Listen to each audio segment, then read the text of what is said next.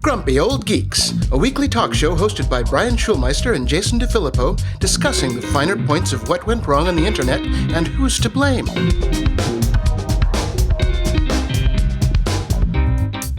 Welcome to Grumpy Old Geeks. I'm Jason DeFilippo. And I'm Brian Schulmeister, and we're both grinning from ear to ear, but we'll get to that in a few minutes. Yep, we're on our way. First, something that didn't have me grinning, I had my second major COVID exposure experience yesterday, which is just to show you that we are not out of the woods with this stuff yet. So my office, my company that I'm working for, everybody is fully vaccinated. We have rapid test kits at the office, and we have a protocol right now that twice a week, you're supposed to do the rapid test and, make sure. And if you're clear, then you can go in. And if not, then you have to go home and get a PCR test and all that sort of stuff. Mm-hmm. And things got a little lax with some folks, as, human nature does, rather than taking the test and kind of staying at the front office area and waiting for a result. People would start to come in first, put down their coats because it's been raining, and maybe put their backpack down or set up their laptop and then go take the test, and then kind of forget about it and wander around and sit down and start working and all of that sort of thing. And lo and behold, somebody did one of the rapid tests turned positive yesterday. So there was a few of us were in the office, and we all went home. The person of interest went to go off and get a PCR test, and good news, the PCR test came back negative, so it was a false positive. But this sort of thing, it's going to be happening, so it's interesting. So when you went home, did you quarantine from your family? I did. I kind of went straight upstairs and just kind of hung out and tried to stay away from everybody as much as I could because it was unknown yet. Although the guidelines said, I was reading through as we all, everybody in the office all of a sudden we started to do our own research, as they say on Facebook. Yes. So we're starting to read through the guidelines, and it's things like 15 minutes of exposure within 2 meters and all that sort of stuff. And this particular person, I'm nowhere near. I don't think I've only spoken to her like once or twice. So I was not terribly concerned, but you never know. And it's scary when this stuff happens. Yep. So you had a false positive. That's good. Yeah. Good news. We like Bad that. news. I have to go back to the office now. Yeah, there you go. Oh, God. Oh, man. I get so many Facebook jokes. I got to wait. Wait. We're not there yet. We're not there yet. Some follow-up. I found a really interesting series called The Great AI Reckoning over at spectrum.ieee.org. Yes. And I had to look it up because the IEEE stands for Institute of Electrical and Electronics Engineers. Yes, it does. Yeah, I didn't know They that. approve all your light bulbs and outlets and everything. So it's a pretty good series so far. I have to say, I've been going through them. Some of them are long reads, some of them are short reads, but I think they're doing a pretty good job over there. And I recommend giving it a skim if you've got some time, for sure. Mm-hmm. And this one just made me kind of chuckle. Former Google exec warns that AI researchers are, quote unquote, creating God. And who knew he was racist? This is Mo Gadot. He used to work at Google in some of these special ops stuff. He was like a finance guy. He wrote a book called Searching for Happy after his son died. I've produced a couple interviews with Mo. I've talked to Mo a couple times. He's a really sweet guy. And I really enjoyed his book, Searching for Happy. His other book is coming out now, which, of course, he's going to say the sky is falling, we're all going to die, here comes Skynet, because it's called Scary Smart, The Future of Artificial Intelligence and How You Can Save the World. Okay? Yeah, I'm just take this one with a grain of salt if you see it passing around. He's like, he was like watching some AI figure out how a robot arm could pick up a grape, and then when it finally did, and then it held it up triumphantly. Like, yes. Okay. Create a little fear to sell some books and shift some units. Got it. Exactly. So much of this stuff going around. But speaking of creating gods, I found an interesting article. I've talked about Andrew Yang. We've talked about Andrew Yang a couple times. Many times, yeah. He seemed super interesting, and then he got super into digital rights, and he got into UBI and all that sort of stuff. And a lot of his thoughts kind of align with our thoughts about things. And then he kind of fizzled off as a presidential candidate, and then he got kind of uninteresting for a while as he was doing a bunch of weird shit. Like he would start like these digital forays and then kind of drop them. And then next thing I know, he's a talking head. And I kind of understand why now. And he's starting to explain it a bit. Now, of course, he's promoting a book as well, but he's talking about the things that he's talking about in his book. And he wrote this really great, this is a bit from his book that's been published on Politico. And it's When I Ran for President, It Messed With My Head. And it goes a good way to explaining a lot of the Andrew Yang nonsense that came immediately after.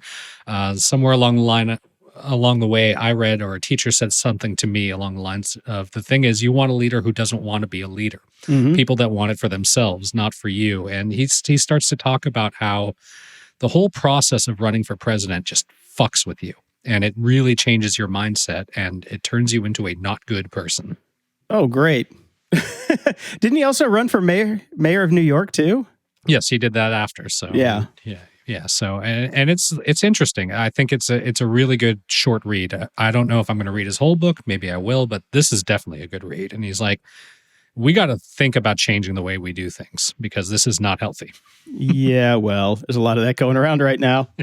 Yeah, I'll probably read it because he is an interesting cat. I want to find out if he's as interesting as he is in my head.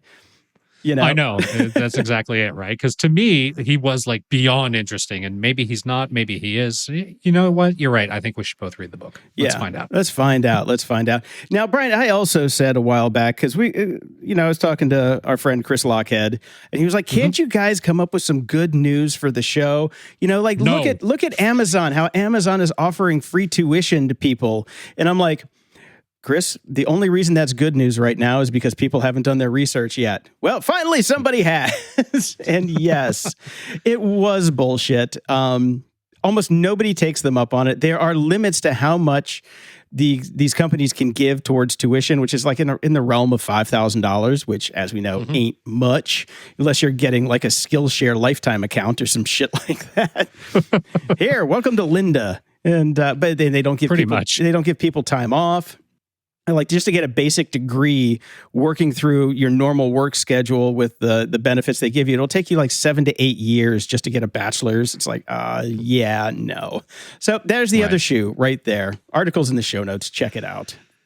There you go. And as we've been talking about, our podcast has been struggling a bit, and we've been appealing to our listeners for donations to keep us going. And you guys have delivered. It's been great. Yes, keep it up. But I got an email, Jason. We collectively, podcast at grumpyoldgeeks.com, got an email, Jason, that is going to save our podcast. Oh my God, what's going to happen, Brian? We've been asked to join Fireside Chat. Mark Cuban to the rescue! Mark Cuban's podcast creative initiative. They are going to solve all of our fucking problems.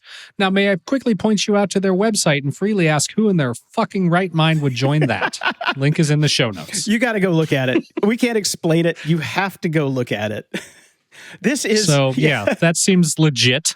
Seems so legit. Yeah. It's like, oh my God, it's so bad. Oh, and we have to act now, Jason, because spots are limited. I got so many emails from friends who got this exact same email, and I had to explain to a lot of them. I'm like, have you guys heard of Clubhouse? They're like, yeah. I'm like, you know how it's failing? Yeah. Well, this is Clubhouse 2.0. Do you think it's going to fail? Yeah. Yeah. Ship has sailed on that one. Mark is, again, slightly behind the times. In the news...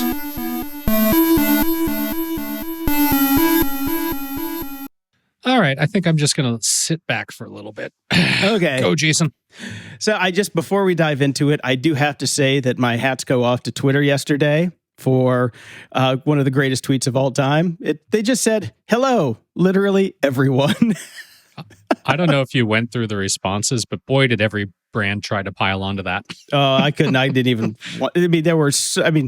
Was it 500,000 retweets by the time I looked at it? And it was just like, no, hundreds of thousands. I will of say comments. though, joke's kind of still on you, Twitter, because the only reason everybody was there is because everything else was down. Yeah. You're seriously like the third choice at last call. Yeah, there's no doubt that you're the uncoordinated kid getting picked last for volleyball here, kid. Yeah. So we have several links in the show notes about what happened, and why Facebook went down and the whole trio. And it was just, I think Cloudflare The conspiracy theories are the best, though. Really. Oh, of course We're not going to. People lost their frickin' minds about this. Yes, of course it happened right after the whistleblower. Sure, okay. Yeah, it is possible. It is possible a disgruntled employee did fuck up the BGP route, but I would say that would be the case, except the fact that they've done it multiple times already.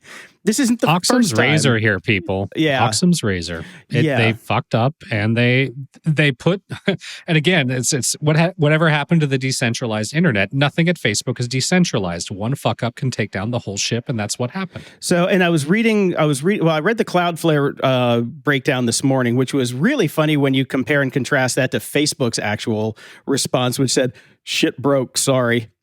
But Cloudflare literally broke it down by how BGP works, how DNS works, how the cascading issues happened, how DNS went to the shit for a lot of people because there were so many Facebook requests that couldn't get, resolved and things like that. But I did see a really good response from somebody who was actually on the mitigation team on Reddit. And they're like, okay, here's the problem, guys. We've got 3 layers of shit that's going on here. We've got guys that can get into the NOCs and actually, get access to the routers. We've got guys who can kind of mitigate them and tell them where it goes. And we've got this other set of guys who are the ones that can actually fix the shit. None of them are in concert. None of them are where the other people are. And most of this is happening because we're running on a skeleton crew because of COVID protocols. Outside of the fact that they couldn't communicate with each other because all Facebook employee communications is done through Facebook tools only. Exactly. All of which were down. Brian, I've worked for a lot of corporations, and there is always a separate domain for all corporate communications. It's on a separate network. Not here. This goes back to the 90s. Even when I was working at Paramount, we had Paramount Corporate, which was a completely siloed, separate network from anything else that was on the internet because, forward-facing, internal-facing. And there's these things called SPOFs, single points of failure. Your fucking domain is a single point of failure. I'm sorry. So, you have to route around that. So the smartest guys in the fucking world, as they like to call themselves, but, Brian, never mind. They do like to move fast and break things. Always remember. Themselves. Always remember. And of course, the most meta thing yesterday was Facebook down? Was down. That was so good. That was so good. So did you watch the 60 Minutes interview? No, I've watched clips. Okay. Most people watch clips, yes. But here's the thing. And I just want to say this really quickly before we get into this too much. Facebook. Everything that's coming out of the whistleblower here. Gotcha. Okay. Panama Papers. Everything that's coming out in the news about the Panama Papers now. Pence and the January 6th Capitol riots. Everything that's coming out about that now. We knew all this shit. We've always known all this shit. It's just what? Now it's documented? Now we have proof, Brian. We have the burden of proof. That's exactly it. Because, this is the biggest "we fucking told you so" that we've ever had on this show. We've had a lot of them too. It's gotten to the point where it's just blasé to say, yeah, we fucking told you so. 6 years ago, check out episode 4, and we told you about this. The algorithm has a fucking body count. We told you about that. All of this shit is stuff we already knew. But now we have documented proof that they knew too. Which is the fun part. This is the fun part, So I watched the 60 Minutes piece. I watched the extras, and then this morning I sat through the congressional testimony from the whistleblower, which was just fun. Every single one of these Congress people and senators and whatnot were basically making fun of Mark for not being there and going sailing today. That's it. That's all they talked about. And all I can think about is that goddamn Old Spice commercial where the guy's like, I'm on a boat. Oh man, it's just been so much damn fun. It's just been so much fun. The thing with Facebook, particularly in the last 2 years with their PR and with the way that Sheryl Sandberg is leaning out of it, not leaning into it, and Zuckerberg is always jet skiing or riding a hoverfoil or something anytime anything bad happens. At first, I was like, do you just not get it? Are you just stupid? Is your PR team just stupid? And what I've come to the realization of is they're fucking arrogant. And they really think that they are bigger than everything. I have another theory too. I think that Zuckerberg spent enough time with Trump to say, if you say it enough times, people start to believe it. And if you say we did nothing wrong enough times, people will believe it. Except, well, it's worked for them so far. Yes, except now there's a little bit of difference. And Mark doesn't have nukes. Trump had nukes. So there was a definite delineation of power there. You know, we get baby pictures from Zuckerberg. And hate speech and genocides and human trafficking and all this other fun stuff from Mark. It's the gift that keeps on giving, Brian. But I was going through the SEC stuff and looking at some of the charges, specific points and charges. Yeah. It's bad. So it's bad. So yeah, that's what really made me happy. When I saw the SEC charges, I really got excited and I really got happy, because otherwise it's like, yeah. You know, it's bad for them that all this info is coming out about how they knew that it was fucking up kids. Because when you start fucking with the kids, that's when you have a problem. You know, that's when everybody. That's when we join hands across the ideal aisles. Unless you're a Catholic. Unless you're a Catholic. Unless you're a priest. Yeah. Sorry. You know. Yeah, no, I mean, it's funny because, you know, everybody's like, oh, Facebook shares are they've gone down. Well, guess what? They're already on their way back up. Yeah, they're already back up. They're already bouncing back up. We're not going to hit them financially. I do think this is going to be the straw that breaks the camel's back eventually. These processes take years. Yes. But WhatsApp is going to get broken up. WhatsApp is going to get spun off. Instagram's going to get spun back off. There is no way Facebook will continue to exist as the entity it is now anymore. And that's one thing that really good came out of the testimony this morning, because I missed most of it, but I missed most of this segment, but I caught the tail end of it, where she was giving actual advice to, you know, Congress about how to do regulation on this. And she said, you need people that have worked at these companies when they're done with their tour of duty to join the regulatory boards for the government, because they know how it works and they know what can be done to fix it. And I'm like, exactly. Fuck, that's it right there. You know? And here's the other fun part about that is that there's going to be a lot of ex-employees for some of these companies real soon, because I think a lot of people are seeing that if they stick around right now, and this is my message to any Facebook employee right now, if you're on the fence, if you think that you can stay and fix it, you can't. Not right now. It is going to be a mess. The culture is broken. You have to leave. Be a long time. You have to leave now. Because I think there was a long dark night of the soul for a lot of people the other day when everything was down, and employees specifically. I think a lot of employees were going, well, maybe it's time to move on. Maybe I sucked enough at the Zuck teat and made enough money, because God knows it's good money. I think a lot of people are going to leave. I think we're going to see a lot of resignations, and I think it made a difference to the casual user. I think Facebook's usage is going to plummet in the coming months. I think a lot of people realize that they don't need to keep refreshing their feed, that 6 hours without it was actually kind of nice. Yep. We'll see. We'll see. The thing about it is, it's like, we had this before with everybody getting dissatisfied with their job there after the first election, after the second election, after the Capitol riots. Everybody there felt like shit, and a small portion of people did have the cojones to leave. I just want to point out that look at what happened to all of the people that hung on to Trump until the end. Remember the news stories about how they were unhireable? I think you might be in that case if you stick around much longer, because this is not going to get fixed right now. There needs to be... They even said on the testimony today, Facebook needs to declare moral bankruptcy, clean house, and fix it. But the biggest problem is Mark. Zuck and yeah, he's got to go. Sheryl Sandberg's got to go. There's no doubt about that. And to your point earlier, I think the big difference here is the fact that we now know that they knew. I think a lot of Facebook employees were able to tell themselves, you know what? These were just bad decisions made in the heat of the moment.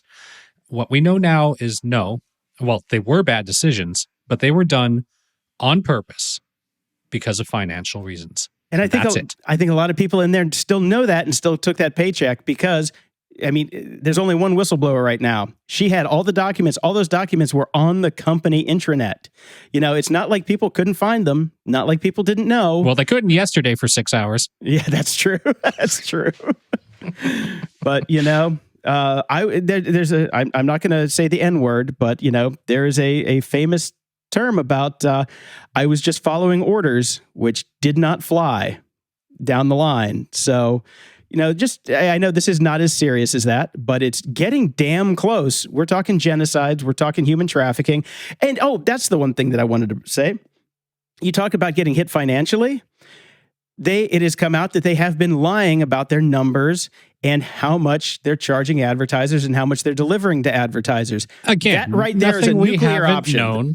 Brian, we've known all this shit for fucking ever. Nobody listens to us. We're not cute with blonde hair with a bunch of documents because we've never actually worked in the belly of the beast because we have fucking morals. But yeah, sorry. Good times. God, that felt good. Okay, good. All right, so what you got? Let's do some more frivolous stuff. Donald Trump is suing to get his Twitter account back because apparently he missed the big party yesterday when everybody was on Twitter because he still can't be there. Can't be there. Yeah. So he has filed suit in, guess where? Florida, of course, seeking a preliminary injunction of the ban while he works to having his account permanently reinstated. He is arguing, as expected, that his ban violates his First Amendment rights because of Florida's new social media law signed in by Governor Ron DeSantis earlier this year, which was based on you can't kick public figures and politicians off of social media. Of course, the courts there have stopped that law from taking effect on the grounds that it likely violates free speech laws, so you can't really base your lawsuit on a law that has been struck down. Just saying. I know. Well, that's the problem because he didn't know that the law had been, knocked down because he's not on Twitter, so he can't see the latest news. We have an information lag here going on. Yes, and in an attempt to have some good news again for our good friend Lockhead, fiend of the show Barrett wrote in, and he says, sure, not enough, but simply glad someone is making an effort, although they could do more to help others become carbon neutral. And this is a story about Google. Google Maps is getting a few new features to help people better understand our dying planet, or our burning planet. The first is a fire layer in the main map view, which lets you see the exact boundaries of wildfires just as easily as you can look up current traffic patterns. So, stuck on the 405 or about to die, easily both there on a map for you. Great. It says this will bring all of Google's wildfire information together into an easy interface. It'll pull information from the National Interagency Fire Center here in the U.S., and they want to expand it with other government agencies, starting with Australia in coming months. They've also announced they're going to expand their tree canopy tool that it launched in 2020, which this uses aerial imagery with computer vision AI to generate a map that shows tree coverage in cities. This is important because there's a phenomenon called urban heat islands where miles of asphalt and no shade from trees can cause cities to be significantly hotter than the surrounding areas. So there's a lot of theories that we can reduce global warming and make cities more livable just by planting the fucking trees that were there to begin with. Planting the trees and also not making the roads black. Yes, that's a major and they've one. Also, I saw some news about the whitest white ever paint ever made, and I thought Donald Trump, but they should call it Trump. But no, Trump's followers. And supposedly that's going to get rid of the need for air conditioning because it's so good at reflecting heat and all that sort of stuff. So except every pilot in the world is going to start crashing into each other because they can't see from all the reflections. But after reading that, I did a quick Google search because I remember reading something about Google. So the Google one hand giveth to climate change and on the other hand fighteth climate change. Apple, Amazon, and others back groups trying to kill U.S. climate legislation. So basically all the big companies, because of course it's going to cost them money. They're backing corporate lobby groups and organizations that are battling U.S. climate bill, according to a report. That's despite those companies all making pledges to reduce their impact on the environment and adding tree canopy tools. The United States Chamber of Commerce, the Business Roundtable, and Rate Coalition are three of the biggest lobbyists and business groups that oppose the $3.5 trillion budget bill, which includes measures to fight climate change. And of course, they've dug in to see who is giving these people money. Everyone. Apple, Google, and Alphabet chief executive Sundar. Amazon CEO Andy Jassy, Microsoft, Disney, the usual people. So The usual suspects. I don't see Zuck we'll in there. we'll give you a Zuck? tree canopy. I don't know. Who cares? He's sailing. He's on his boat. Right. He's on his boat. So, Google, you can add things to your maps, but how about you stop fighting the climate change bill? Please. Please. Thank you. But it is raining somewhere in China. I saw this tweet thread, and I was just it just tickled me pink. I'm just calling it's raining drones. And this is some video of a drone performance where the drones literally start dropping out of the sky. And the theory is that the company that lost the bid for this light show started jamming the other company's signals so their drones didn't know what to do. And they're literally it reminds me so much of the WKRP episode on Thanksgiving. Turkeys. The turkeys. As God is my witness, I thought turkeys could fly.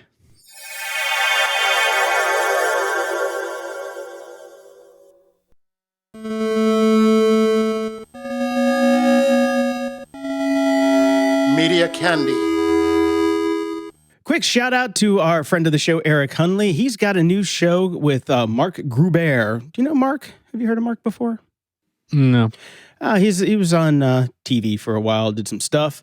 They've got a new show called America's Untold Stories, where they explore history and pop culture that is often unknown, obscure, or overlooked. That's on YouTube. Link will be in the show notes. Go check it out. We love Eric, and some people love Eric. We got a mixed bag when Eric hosted last time, but yes. Yeah, he batted 50-50 with our audience. Apparently. He batted directly 50-50 down the line. I did watch The Problem with Jon Stewart, episode 1. Did you get a chance to watch it, Brian? I have subscribed to Apple Plus again because my wife's show finally came back, the morning show. So we were a go. So yes, I have many Apple Plus shows to talk about right now. Excellent. So I thought The Problem with Jon Stewart was It wasn't funny. It wasn't funny. That's the problem. He's trying to be serious and funny at the same time, and I think he's rusty. I'm going to give it a couple episodes, but yeah, he's definitely rusty. You could tell. I also didn't like the trope of here we are in the writer's room explaining what we're going to do. Didn't care for that whole approach. The whole behind the scenes thing. I actually thought that was the most interesting part of the show. It was the most interesting part of the show, but you can't make a show out of that, and I don't like it being used to hang the show on personally. Hopefully it was just for episode 1. Yeah, we'll see. I don't know. See, I haven't had HBO since I've gotten to Toronto, so I've had no real time with Bill Maher or Last Week Tonight with John Oliver, and I've kind of come around to your view on this. I don't need sadness porn. Talking about shit I already know and bumming me out, and that's what this show was to me. I already knew all this. It was a well-researched, well-done deep dive. It feels more like he's trying to be an updated Gen X 2020 than he is trying to be a comedy show. And I know they kept saying we're a comedy show, and in their behind-the-scenes bit in the writer's room, they alluded to funny bits, none of which were in this show because it was just sadness porn. Okay, I got to say, the Ken Burns bit was funny. Yeah, that bit was funny. That was the only funny thing in the show. But that was it. The How to Make a Burn Pit segment was terrible.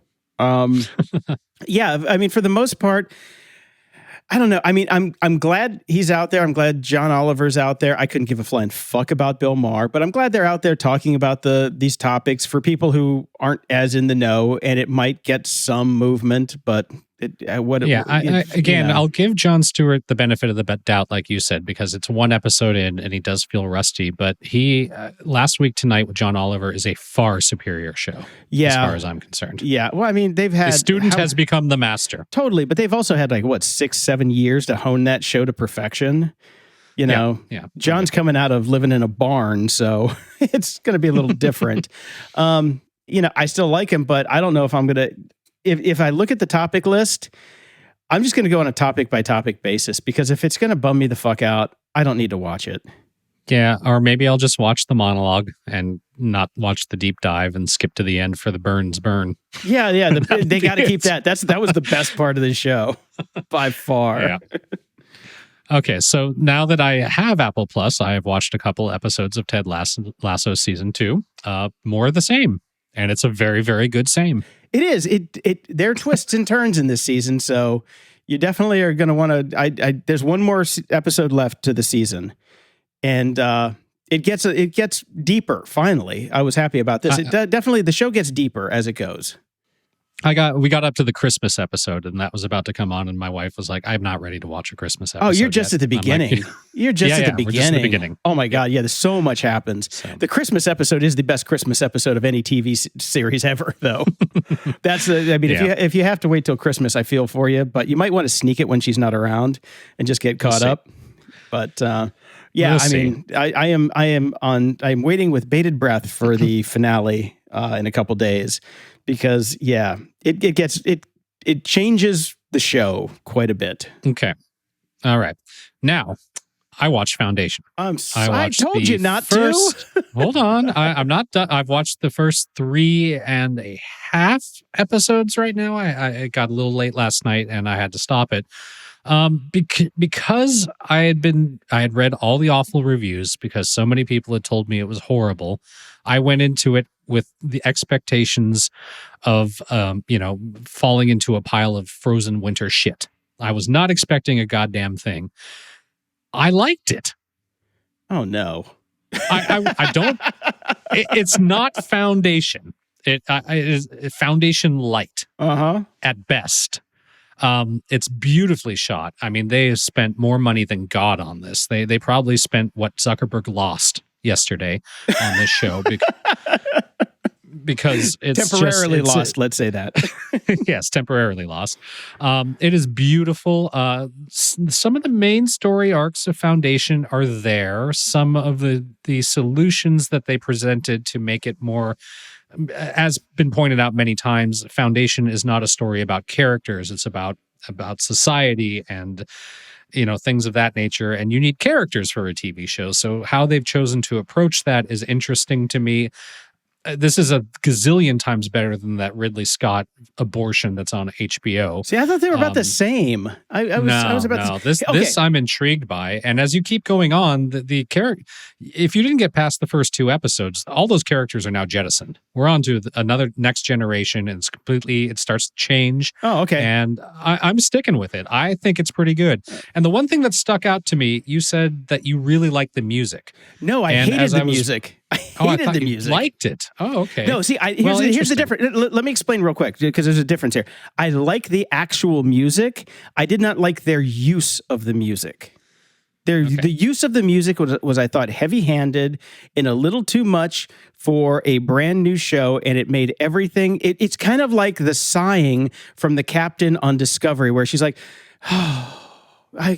She gets too deep too fast. It's like we're on the first date. I don't need to hear your life story. Come on, let's get into it and then give it to me. I like the music. I think the scoring is beautiful. I just did not like the way they used the music in the story itself. Gotcha. Understood. So, but what I was thinking about the fact that you said that you like the music, and I was watching the opening credits of the very first episode, and the name jumped out at me, and this is probably why you like the music. Bear McCreary, who did Battlestar Galactica, Outlander, Black Sails, and The Walking Dead. I've never seen Outlander, but he's also done some other shows. I just picked the big ones, but BSG. Those are the good ones. He did all the music for BSG, which was amazing. Black Sails, amazing. The Walking Dead, I've never even. Yeah, I guess, yeah. Now that I think of it, once you say The Walking Dead, I'm like, okay, the theme for The Walking Dead is pretty fucking good. Yeah. Better than the show for most seasons. So, okay, good. Okay, so things change after episode 2, you say? Yes. Okay, because I've only watched the first 2 episodes, so I'll give it a shot then. Yeah, I'm enjoying it. Like, divorced from Foundation, I'm finding it to be a very good sci-fi show. Okay. In the first, I don't know if it was the second episode, but the hanging scene reminded me way too much of A Handmaid's Tale and made me think that, oh God, this is just going to be more sadness porn from, a deluded emperor. And they move away from that. Okay, but, good. And again, none of this shit was in the books. Like, because there was no human stories or contact. That's not what the point of the books was. That's not what it's about. So it's just a different show. Isaac Asimov has never written a sex scene in his life, and there's a lot of fucking in Foundation so far. A lot of fucking in foundation. I wish we could use that as a show title. I'm just saying. Oh, God. Well, Billions wrapped up their season not yesterday, a couple days ago. And if you're a fan of the show, and have seen it, you will know what I'm going to talk about. I'm going to do this in broad strokes. The show is fundamentally changing, and there are reasons behind it. And in a couple, I tell you what, I will cover the ending of this season when it starts up again in January. I think that'll be the safe spot. So you have until then for me to cover that. But there were some things that happened, and there are reasons that things that happened in the real world that facilitated the end of Billions the way it happened. And it'll be interesting to see what they do with the show. So all in all, satisfying, I thought. I thought it was satisfying. Right. I'm still going to watch the next season, and I am, it's still one of the greatest shows out there. The season was a little hunky because of the COVID, and they had to change things in the end to make the ending work. So if you're watching the second block of this season and you're like, this I think you're trying sense. to make you're trying to stretch a spoiler-free review too far here. Well, I'm just saying if you're watching, if you're into Billions for this last chunk and you haven't gotten up and you think things are wonky, there are reasons that things are wonky. So, okay. I did watch The Many Saints of Newark. Did you watch this? Mm-hmm. No, because I liked Sopranos for what it was 10 years ago, and I don't think I want to go back to it. Yeah, well, I mean, it's technically pre-Sopranos, but yeah. I had to resuscitate a Twitter account that I have not touched since 2014. I have @MovieCritic on Twitter, and I'm going to start writing there again because it's just too much damn fun. So here's my 280 character review of The Many Saints of Newark on @MovieCritic. The Many Saints of Newark. The spirit of St. James Gandolfini couldn't save this turd cannoli. David Chase delivered the opposite of a masterpiece in this disjointed tale of stereotypes and cliches, where the only saving grace is that Michael Gandolfini did Daddy proud. 1 star. That covers it right there. Won't be watching that then. Anybody else that tells you that it's anything better than a 1 star is going through the rose-colored lens of The Sopranos and did not actually watch it for what it was, a shitty movie. Okay. Ups and doodads. Amazon tells Tesla to hold its beer in contest for stupidest robot ever built. It's from the Next Web. It's great headline. And even over on Futurism, creators of Amazon's new robot secretly admitted it's terrible. Yes, this new upskirt robot from Amazon, $1,000 upskirt robot with a cup holder, nonetheless, is just the dumbest thing I've seen in a long time. So, Brian, thoughts? I don't understand who the target market is. Just because you can build a thing does not mean you should. Ask Facebook. They know. Yeah, Portal. Facebook. I'm sorry, not even Facebook. Facebook. Yeah. Yeah, I don't get it. I don't get why anybody would want it. It reminded me of the robot from Rocky, or was it Rocky 2, or when they jumped the shark with the creepy robot. There was a funny article over on Slate, A Brief History of Adorable, Vaguely Creepy Robot Dogs, from Aibo to Jibo to Astro. Yeah, fuck that product. I loved Aibos. Aibos are great. I just couldn't afford them when they were out. Oh, I always probably get one on eBay. Yeah, no, there's a huge aftermarket for Aibos. Those things cost a fortune. All right. Yeah. Phil, a guy I knew in San Francisco, I can't call him a friend, but a guy I knew, Phil Terone, he ran like an Aibo shelter, and he had like 20 of the damn things. Oh, man. And I thought this one was interesting. Doctor uses iPhone 13s or 13 Pros. I can speak good. Me talk pretty one day. Macro camera to check patients' eyes. Apparently, the camera's good enough. Damn good camera. Yeah, it's got to be a damn good camera. I won't know because mine arrives probably about the same time the iPhone 14 comes out. I got about another 3 to 4 weeks before mine comes out, so we'll see. But I'm looking forward to giving it a shot. No, the really interesting thing about this article is the idea that the camera is so good you can take a picture of your own eye and just send it off to your doctor without having to even go into the office. I know, isn't that fantastic? It's amazing. Yeah. I mean, can you imagine what your junk is going to look like? The NFT of my balls will be so detailed. Oh my God! Every pore is an sure you can copy and paste, but don't you want to be the true owner? Don't you want to own my balls? God, So many show titles, so little time. I know. Oh my God. I have talked about Grammarly in the past about how it's like, privacy, blah, blah, blah. When I was on my hippy dippy privacy bullshit, I'm like, oh God, everything I write's going to go to their servers and they're going to have everything I've done. I said, fuck it. I got a Grammarly Pro account and they're doing great for me now. Okay. I'm writing a ton of stuff and they really help me. So a friend of the show, Bob Fogarty, who does our VOs, is a grammar Nazi. That's what we call them. Yes.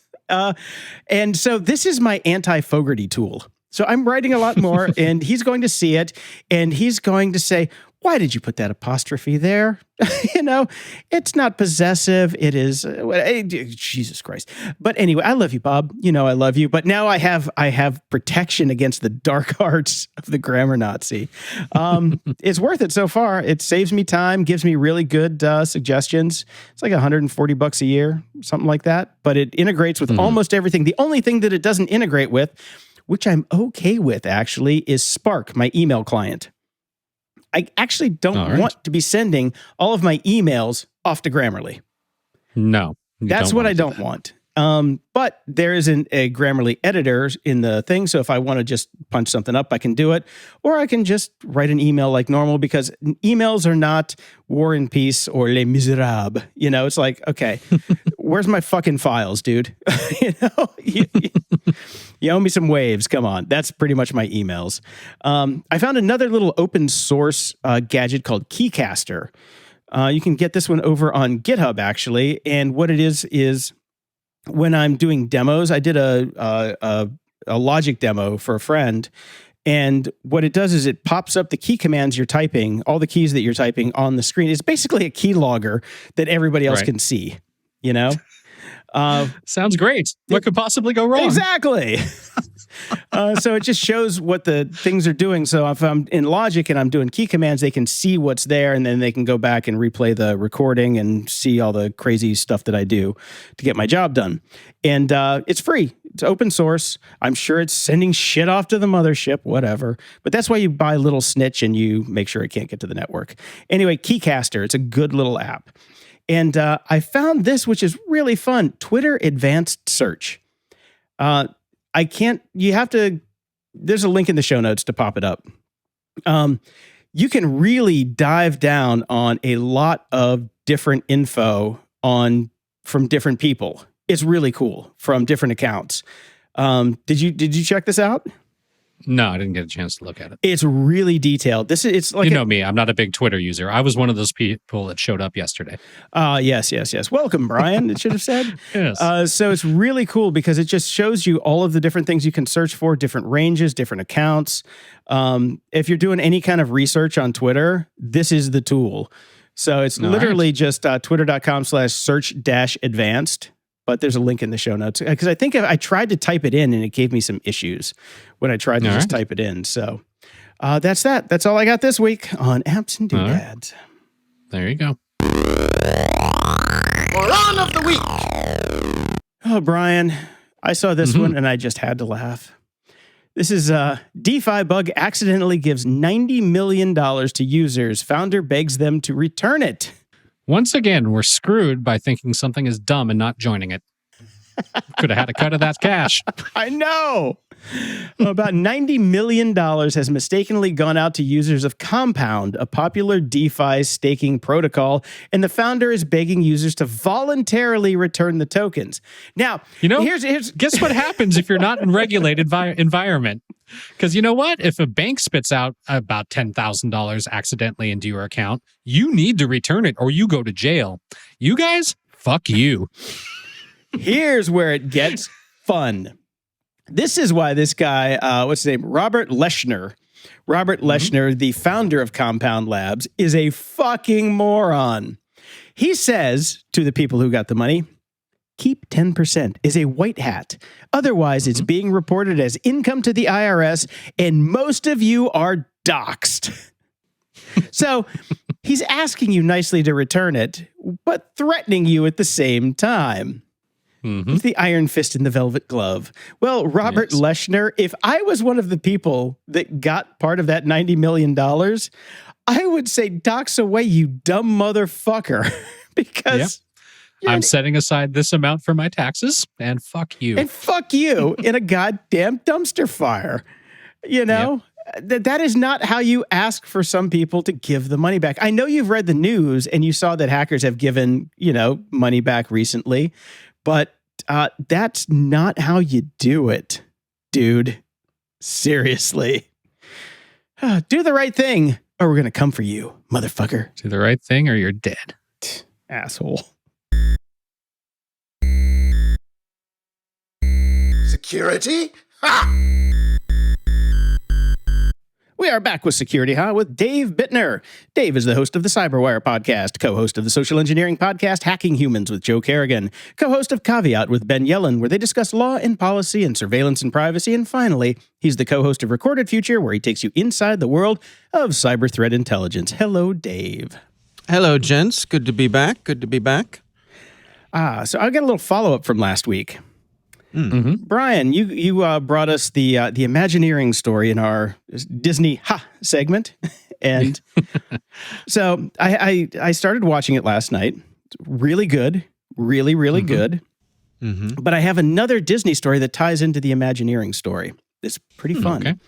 So Brian, you introduced me to another gent named Brian Blondell, the improv genius. Mm-hmm. Well, he bought a house across the street from me about 2 years ago. And moved I warned him. Yes. Well, so apparently about a month after he moved in, some woman came by and said that she used to come there on Christmas and she would like to see what the inside of the place looked like. She came there when she was a kid. Right. And so he showed her around and she said, "Oh, yeah, my grandfather built this place, or her uncle built this place, and he was one of the original Disney Imagineers." So Brian got to looking around. He pulled up the building permit and saw it was originally done by FX Estentio. Now, if you watched the Disney Imagineering episode 1, you will know that gentleman, who goes by X, coined or wrote the song "Yo Ho, A Pirate's Life for Me." Yes. Oh, wow. Indeed. Isn't that cool? I thought that was pretty damn cool. I think our mutual friend Brian has an ethical obligation to do pirate theme for Halloween. Yes. So I'm going to put Xavier's information into the old show notes here.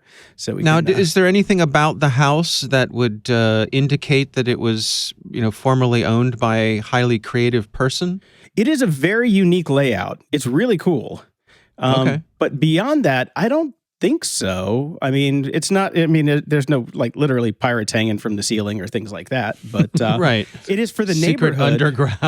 Secret underground dark ride or something. Well, that we don't know about. Maybe Brian just hasn't found it yet. So it's fun. It's funny because it was such a different time back then, especially as you watch the series, The Imagineering story. People's freak flags start to fly a lot more as time moves on. But back in the day, these guys were buttoned down 3-piece suits into work. They may have been incredibly creative and imaginative at their job, but they were very straight-laced, kind of normal. Now the Imagineers, I mean, one of the guys, the main guy, has got this lobe piercing that hangs down to his nipple and Ew. It's insane. Yeah, I know. I know. Yeah. But it's interesting because you look in this neighborhood and, since we're across the street, but all the houses on this side are all kind of the same. There's not a whole lot of flavor in this neighborhood, so his definitely stands out. But, I was just thinking, man, ka-ching, the value just went up a little bit for if he ever sells it. Right. Has a nice little pedigree now. Yeah, I mean, only in L.A. can you get a cool story like that. It's the guy who, did the damn Pirates, he did the story and the song, built this house. It's just neat. Yeah. I find you get a lot of stories You get a lot of stories like that in LA. I knew somebody that was renting Charlie Chan's old house up in up in the hills and stuff like that. It's pretty unique to LA kind of fun stuff.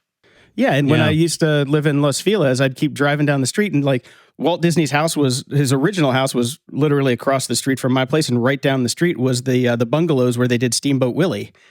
And they were still they were in disrepair, but they were there and people were living in them, which was kind of cool. And famously, my place in Santa Monica was just down the street from the house that was used for Three's Company. Come and knock on our door. Yes. And I hear tell that Martin Short's house is just down the street from me here. Oh, really? I'm totally kidding about that. Just damn! You could TP it on Halloween. I mean, Canada's not that big, right? Second biggest a friend of country in the mine, world. a friend of mine is the owner of a restaurant here that is inside of one of the old manor houses that goes back a couple hundred years. It's called the Elkridge Furnace Inn. For folks around this neck of the woods, you might know it. It's a fine dining establishment. But not long after he bought the place, an elderly man who had grown up in the community came to talk to him and said, I want to go show you something. And they went down into the basement of the house, which is where the kitchen is now for the restaurant. And this gentleman said, do you know what's behind that brick wall? And the new owner said, no.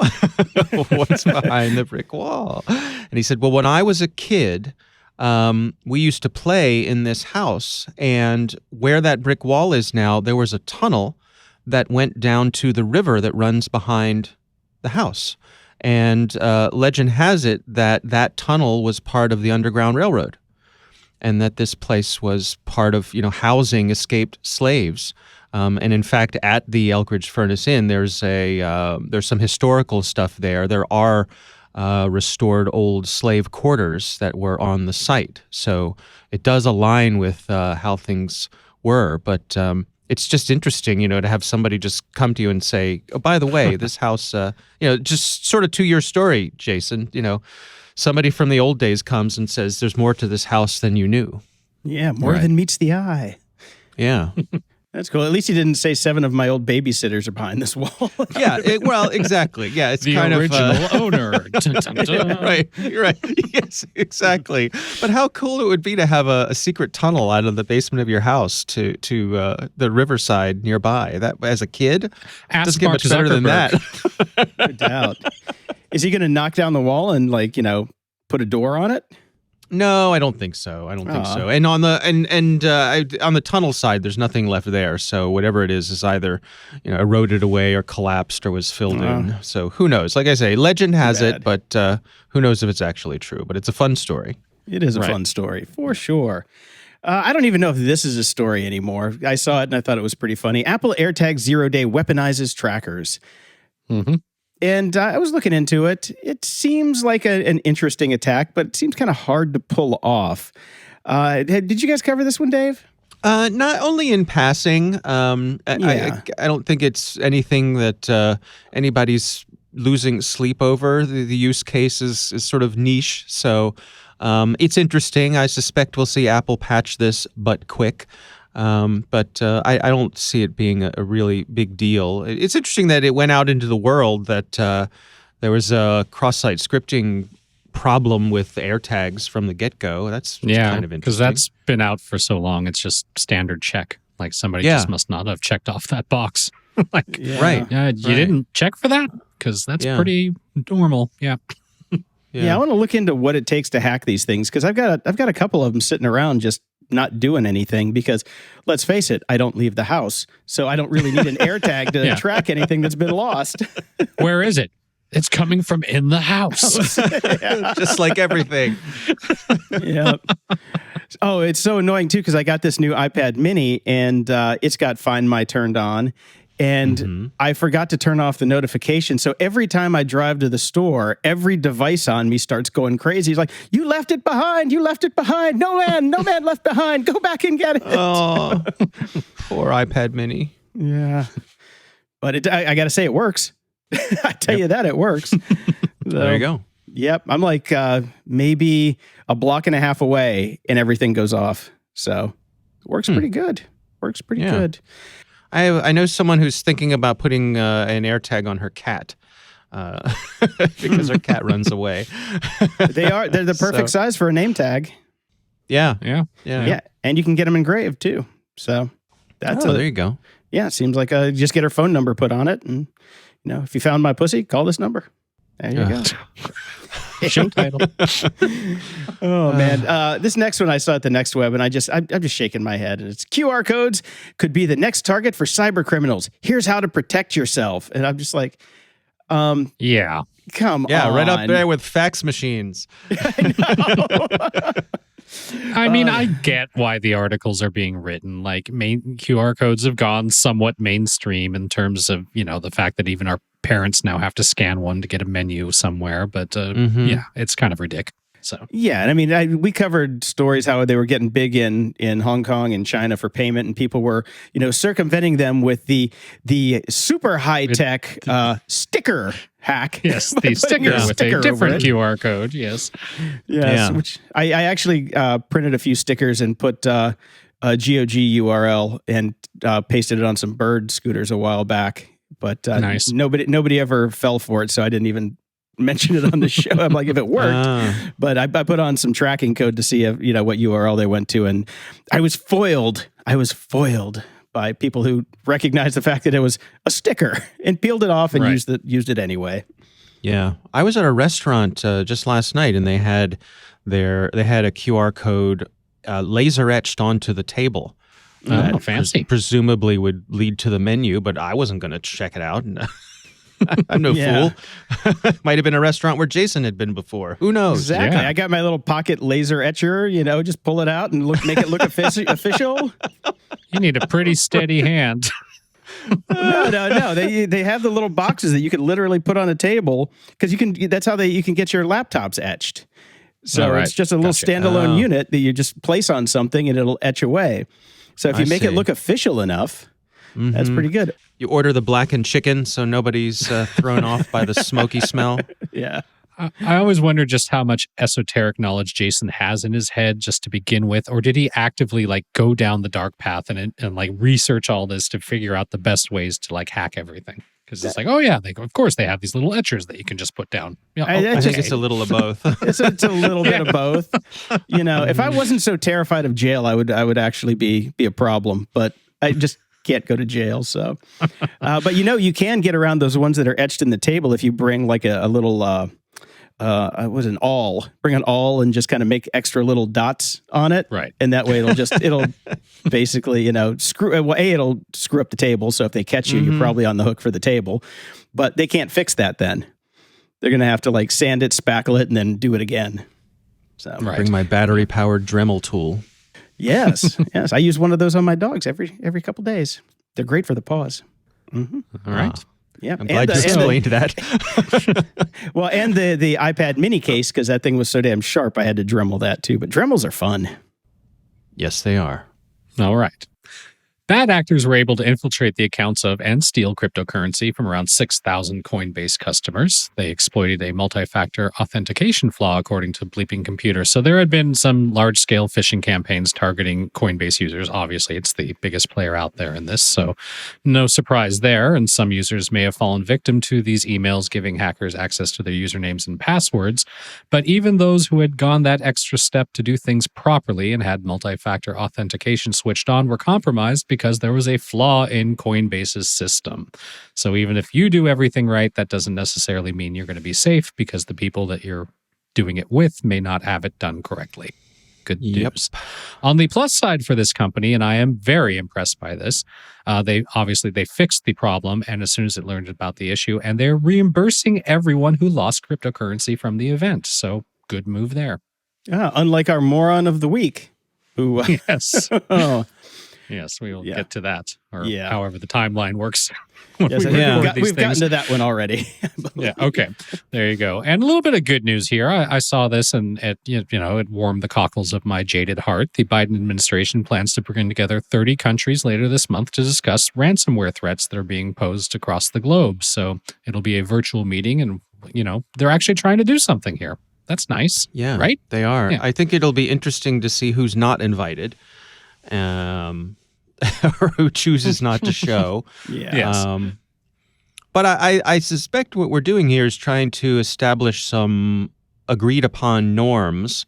So having gone through this process, we can then go back to the usual suspects and say, okay, here's what we all agreed on, so knock it off. and Right. and some of those norms might be that, hey, we all agree that if the ransomware doesn't stop, we're going to start addressing it by other means, which could be Bullets. either. It could be, yes, I believe the term of art is kinetic. Yes, a kinetic response. Yes. Wow. Well, at least somebody's using those Microsoft machines. That's right. You remember those? Okay. No. Wah, wah. All right. Never mind.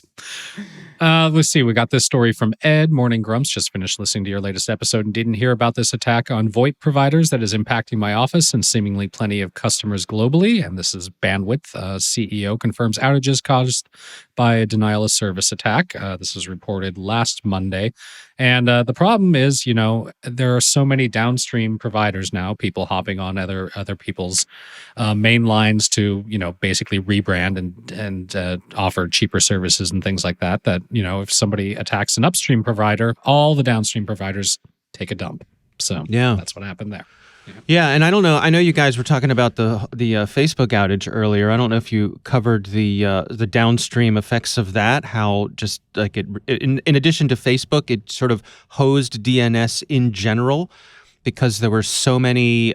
Because Facebook has so many beacons on so many websites, and none of those beacons could hit what they were aiming for, and so it caused the regular DNS providers to see huge spikes in the inquiries that they were fielding.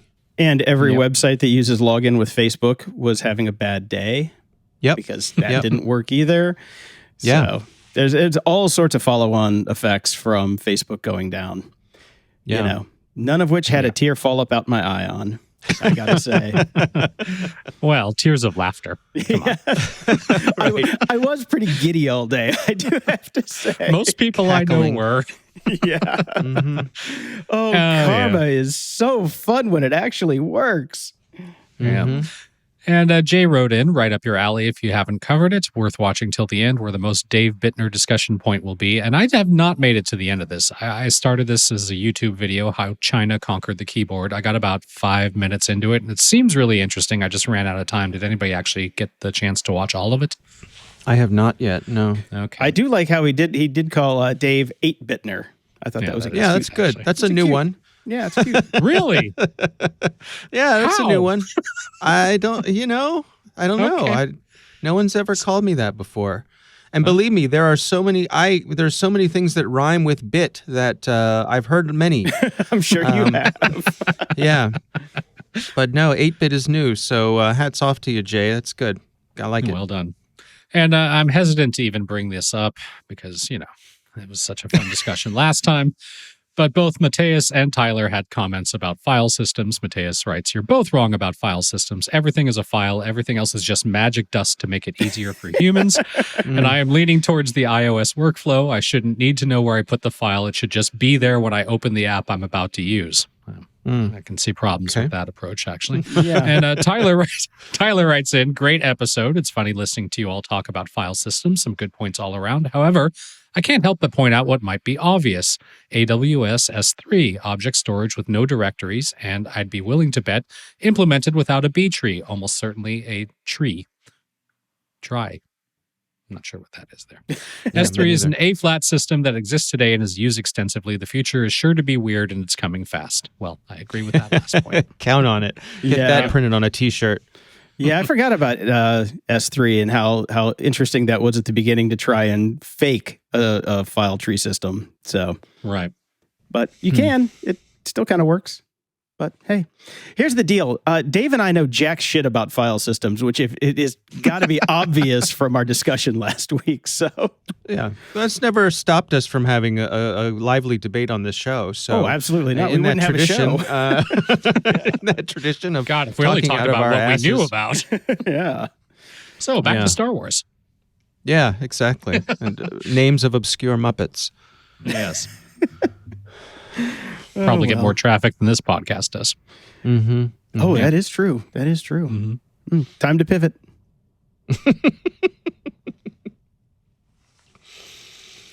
All right. Well, I think that just about does it, huh?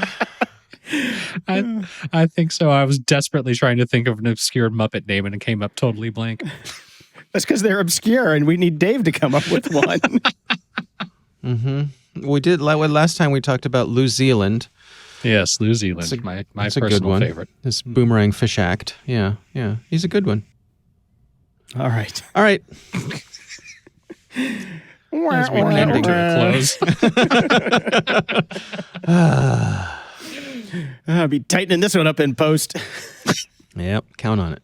Closing shout outs! Over at Patreon, we've got some new subscribers. Sven, Jeremy, Dave.